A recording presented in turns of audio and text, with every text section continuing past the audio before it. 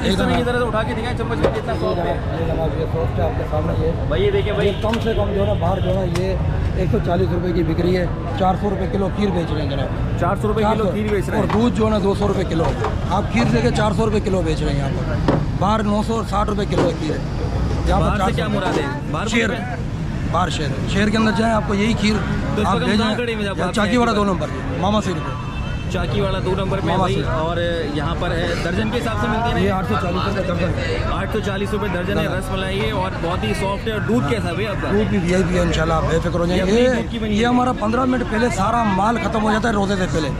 आप आए यहाँ पर एक चीज़ आपको नहीं मिलेगी एक चीज़ भी नहीं मिलेगी इंशाल्लाह। यहाँ पर ये गरीब चीज़ क्या है? असल में फेमस फेमस चीज़ सारी है ये खीर। जिसको मीठा खाना हो तो खीर अच्छी है, समोसे खाना है तो आलू वाले हैं, कीमे वाले हैं, रोल हैं, चिकन वाले हैं। बलूचों को सबसे ज़्यादा बिल्कुल यही खाते हैं ज़्यादा अक्सर यही चीज़ें का, जो चीज़ खाने वाली है वही यहाँ पर लगाई हुई है बलोचों।